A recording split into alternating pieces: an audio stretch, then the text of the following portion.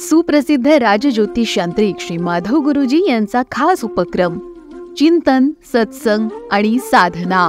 वक्रतुंड महाकाय सूर्यकोटी समप्रभ निर्विघ्नं कुरु मे देव सर्वकार्येषु सर्वदा. ओम श्री सच्चिदानंद सद्गुरु श्री साईनाथ महाराज की जय. ओम साईराम. मुद्गल ऋषी आणि बाप्पा या दोघांमध्ये चर्चा खूपच रंगली आणि त्याच्यामध्ये अर्थ या विषयावरती जाणून घेत असताना मग त्याच्यामध्ये खरं खोटं हे सुद्धा आलं. आणि मग खरं खोटं जाणून घेत असताना बाप्पाने ती चावी दिली, ती किल्ली दिली की खरं कसं ओळखायचं. आणि त्यावेळेला बाप्पा बोलता बोलता बोलून गेला की कलियुगामध्ये माणसाला वेळकाळ ओळखता यायला पाहिजे. म्हणजे मुद्गला कलियुगामध्ये माणसाला जे या कला जोपासायच्या असतील, सगळ्यांच्या हृदयामध्ये सामावायचं असेल, याच्या व्यतिरिक्त दुसरी गोष्ट म्हणजे की माणसाला प्रत्येक ठिकाणी यश प्राप्त करायचं असेल तर त्याला वेळ आणि काळ या दोन्ही गोष्टी जाणून घेतल्या पाहिजेत. वेळ काळ ज्या माणसाला समजली ना त्याला जगामध्ये सगळं काही कळालं.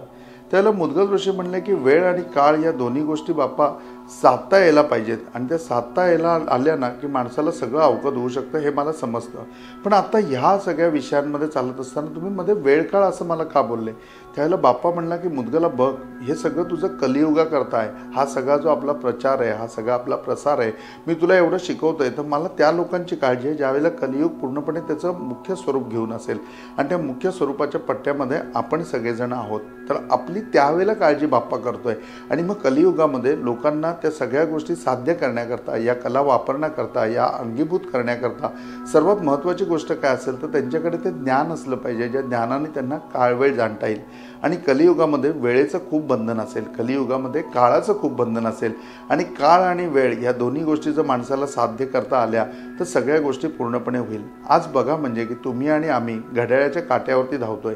आज आपण मानव राहिलेलं नाही तर आपण यंत्रमानव झालो आहे. आणि या सगळ्या आपल्याबद्दलच्या व्याख्या, आपल्याबद्दलचं सर्व ज्ञान त्याला बाप्पा मुद्गल ऋषींना देतोय. आणि ते मुद्गल ऋषींना देत असताना आपल्यामध्ये त्या कला अंगीभूत करण्याकरता एक एक गोष्ट मुद्गल ऋषींना समजावून सांगतोय की तू ह्या गोष्टींचा वापर कर, ह्या गोष्टींचा वापर कर.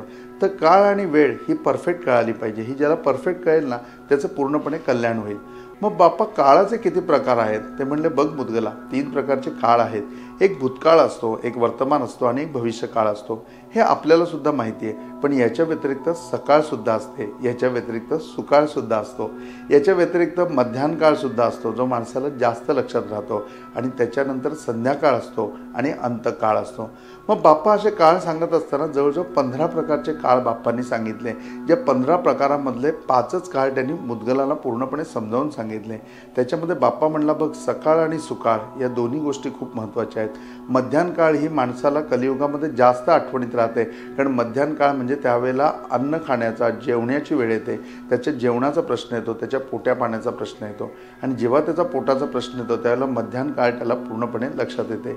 तिसरं असतं ते संध्याकाळ. संध्याकाळ म्हणजे दिवस मावळण्याचा कालावधी. आणि संध्याकाळ आयुष्यातली म्हणजे अंतकाळ की शेवटचा काळ. हे सुद्धा माणसाला लक्षात ठेवण्यासारखे आहेत. मग हे वेळ आणि काळेचं जर बंधन माणसाने व्यवस्थित बांधलं गेलं, हे जर त्याला टाईम मॅनेजमेंट जमलं तर त्या टाईम मॅनेजमेंटमध्ये माणूस जगामध्ये कुठेही पोचू शकतो आणि या सगळ्या कला अवगत करू शकतो. बघा, बाप्पाला खरोखर त्या कला आपल्याला द्यायच्या आहेत, मुद्गल ऋषींना ते आपल्याला समजावून सांगायचे आहेत. म्हणून ते सोपं करून सांगण्याकरता बाप्पाने ना प्रत्येक गोष्ट जी कलियुगामध्ये तुमच्या आणि माझ्यामध्ये स्पीड ब्रेकर सारखी आहे त्या सगळ्या गोष्टी बाप्पा मुद्गल ऋषींना समजावून सांगतोय. आणि मुद्गल ऋषींचं इतकं आहत कार्य आहे की पुढे त्यांनी ते सगळं समजावून घेतलं, त्याच्यावरती चिंतन केलं आणि अगदी सोप्या पद्धतीने ते आपल्याकरता समजावून सांगितलं. आणि हे सगळं बाप्पा पूर्णपणे समजावून सांगत असताना आपण त्या ठिकाणी जाऊ आज कश्यप ऋषींकडे. आपण जाऊ आज नर्मदा पुराणामध्ये. नर्मदा पुराणामध्ये 8व्या खंडामध्ये अध्याय येतो ज्याच्यामध्ये कश्यप नावाचे ऋषी आहेत आणि दिती आणि आदिती नावाची त्यांची पत्नी आहे. आज आदिती बरोबर समागम करून ती गर्भवासी राहिलेली आहे, तिला दिवस गेलेले आहेत. आणि त्यामुळे कश्यप ऋषींना आनंद झालेला आहे की एक चांगली वेळ मी साध्य केली. आणि त्या चांगल्या वेळेवरती साध्य करून झाल्यानंतर एक वेगळ्या प्रकारची योनी जन्माला येईल, जी देवांच्या करता चांगली असेल, जी पक्ष्यांकरता चांगली असेल, जी निसर्गाकरता चांगली असेल आणि जी मानवाकरता चांगली असेल. त्यामुळे कश्यप ऋषी अतिशय आनंदामध्ये आहेत, अतिशय प्रेमामध्ये आहेत. आणि आदितीला जास्तीत जास्त वेळ देत आहेत, तिला प्रत्येक गोष्ट समजावून सांगतायत, तिला ज्ञान देत आहेत आणि तिच्या आवडीनिवडीप्रमाणे ती कशी प्रसन्न राहील याचा प्रयत्न करतायत. हे सगळं बघून दितीला राग येतोय आणि दितीला असं वाटतं की कश्यप आपल्याला वेळ देत नाही, कश्यपाने आपल्याला गर्भधारणाकरता आवश्यक तो वेळ दिलेला नाही, म्हणून ती कश्यपांच्या मागे लागली की तुम्ही मला वेळ द्या आणि आजच्या दिवशीच मला वेळ द्या. त्यावेळेला कश्यप म्हणतायत की अगं आत्ताचा काळ बरोबर नाही आणि ही वेळ तर सकाळ आहे, म्हणजे यावेळी असं कुठलं कर्मसुद्धा करणं दूषित आहे की अशा दूषित कर्मावरती कुठलीही गोष्ट नाही करायला पाहिजे. परंतु दिती ऐकत नाही आहे आणि शेवटी बायकांपुढे पुरुषांचं काय चालतं का किंवा बायकोपुढे नवऱ्याचं काही चालतं का. शेवटी कश्यप ऋषी पूर्णपणे तिला बळी पडतायत आणि त्यावेळेला तिला वेळ दिल्यामुळे पुढे जाऊन तिलासुद्धा गर्भधारणा झालेली आहे. परंतु आदितीची गर्भधारणा ही खूप चांगल्या वेळेनुसार झालेली आहे, खूप चांगल्या कालावधीमध्ये झालेली आहे. तर दितीची गर्भधारणा जी झालेली आहे ती गर्भधारणा पूर्णपणे अशा वेळेला झालेली आहे की जो काळसुद्धा बरोबर नाही आहे आणि जो वेळसुद्धा निषिद्ध आहे. आणि त्या वेळामध्ये दोघांनाही पुढे जाऊन म्हणजे की गर्भवास राहिलेला आहे, दोघंही जण पूर्णपणे म्हणजे की प्रेग्नंट आहेत. आणि त्या कालावधी पार पडत असताना पुढे आदितीला गरुड जन्माला येतो, म्हणजे गरुड योनीची उत्पत्तीसुद्धा कश्यप ऋषींपासून आहे. आपल्याला फार एक मोठी गंमत आठवत असेल तर बघा की आपण कुठेही अभिषेकाला बसलो किंवा कुठेही महापूजेला गेलो आणि त्या ठिकाणी ते म्हणतात की तुमच्या गोत्राचा उच्चार करा आणि जर गोत्र माहिती नसेल तर कश्यप गोत्राचा उच्चार करा. का तर कश्यपापासून ही पूर्णपणे सगळ्या सृष्टीची निर्मिती आहे, सगळ्या ऋषींची निर्मिती हीच कश्यपापासून झालेली आहे. त्यामुळे कश्यपांचं गोत्र त्या ठिकाणी घ्यायला सांगतात. आज आमच्या म्हणजे ज्ञानामध्ये वाढ पडली की आम्हाला हेही समजलं की गरुड योनी म्हणजे गरुड या पक्षाची पूर्णपणे योनी कुणापासून निर्माण झाली असेल तर ती सुद्धा कश्यपांपासून निर्माण झालेली आहे. कश्यपांना त्या ठिकाणी आदितीपासून गरुडाची प्राप्ती झाली की गरुड बघा म्हणजे की आज गरुड भरारी म्हणलं तरीसुद्धा आपल्याला चेतना निर्माण होते, तरी पण आपल्याला उत्साह निर्माण होतो. निसर्गामधला गरुड हा खूप महत्त्वाचा भाग आहे आणि त्याचबरोबर तो पक्ष्यांचा राजासुद्धा आहे. आणि या सगळ्या गोष्टी असताना तो देवांची सुद्धा सेवा करणार आहे आणि तो मानवावर अनेक उत्तम कल्याण करणारा आहे, मानवांवर अनेक उत्तम प्रकारे पावन होणारा आहे, पतित होणारा आहे. तर त्याप्रमाणे पूर्णपणे असा गरुड आदितीच्या पोटी जन्माला आला. पण इकडे दितीने पूर्णपणे म्हणजे की कायम प्रत्येक गोष्टीमध्ये स्पर्धा ठेवली, प्रत्येक गोष्टीमध्ये तुझं माझं केलं आणि त्या सगळ्या गोष्टीमुळे तिच्या ज्या योनामध्ये जन्माला आलं आहे तिच्या पोटामधनं सर्पयोनी जन्माला आले, तिने सर्पाला जन्म दिला आहे. आता दोघांमध्ये बघा दोघांचाही पिता एकच आहे, कश्यपच आहे आणि कश्यपाच्याच DNA पासून हे दोघं जण निर्माण झालेले आहेत. आदितीकडे जे विचार आहेत, आदितीकरता वेळ बरोबर आहे, आदितीकरता काळ बरोबर आहे, तिथे गरुड निर्माण होतो. आणि ज्या वेळेला या ठिकाणी त्यांचा दितीबरोबर ती योग येतो त्याच्या वेळेला वेळ निषिद्ध आहे आणि काळ खराब येतं, त्या ठिकाणी सर्प जन्माला येतो, खरोखरी त्या ठिकाणी काळ जन्माला येतो. आणि मग ते सर्प आलेले असताना सुद्धा हे सर्प जे आहेत हे सर्पसुद्धा वेगळ्या प्रकारचे आहेत, म्हणजे की त्यांना मणिंद्र सर्प म्हणतात. का तर त्यांच्या प्रत्येकाच्या डोक्यावरती मणी आहे आणि नर्मदेच्या किनाऱ्यावरती हे सगळेजण भेटतात आणि नर्मदेच्या किनाऱ्यावरती हे पाहायला मिळतात की तिथले जे नाग आहेत त्या नागांच्या पूर्णपणे डोक्यावरती मणी आहे. आणि म्हणून मी म्हटलं की आपण नर्मदा पुराणात जाऊया, कारण ही कथा नर्मदा पुराणामध्ये येते. आणि मग त्याप्रमाणे म्हणजे की गरुड आणि हे सर्प या दोघांमध्ये भावासारखे संबंध आहेत. दोघांचेही पूर्णपणे म्हणजे की कश्यपांचे पुत्र असल्यामुळे, दोघांचाही बाप एक असल्यामुळे, वडील एक असल्यामुळे दोघांमध्ये सामंजस्य आहे. दोघेही जण लहानपणी खेळतायत, व्यवस्थित खेळतायत. पण पुढे जाऊन बघाल तर गरुड हा पूर्णपणे सर्पाचा शत्रू बनतो.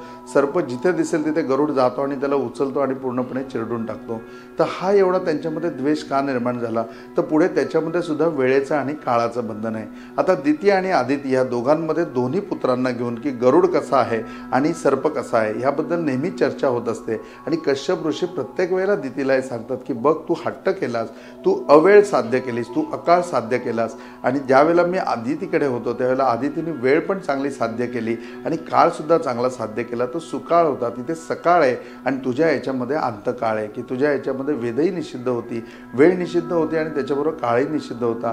तर बघ तुझ्या या ठिकाणी पूर्णपणे सर्पाची निर्मिती झाली. मग त्या गोष्टीमुळे असं वाटतंय तिला की कुठेतरी आदिती माझी दासी बनावी आणि ती दासी बनावी म्हणून दोघी जणी अशाच बाहेर बसलेल्या असताना उच्चश्रव घोड्याचा रथ घेऊन इंद्राचा रथ त्या ठिकाणी इंद्र चाललेला आहे आणि आकाश मार्गाने तो चाललेला असताना तो उच्चश्रव घोडा आहे, तो पूर्णपणे पांढरा शुभ्र आहे. आणि तो पांढरा शुभ्र घोडा बघून आदिती म्हणते की किती सुंदर घोडा आहे, पांढरा शुभ्र आहे.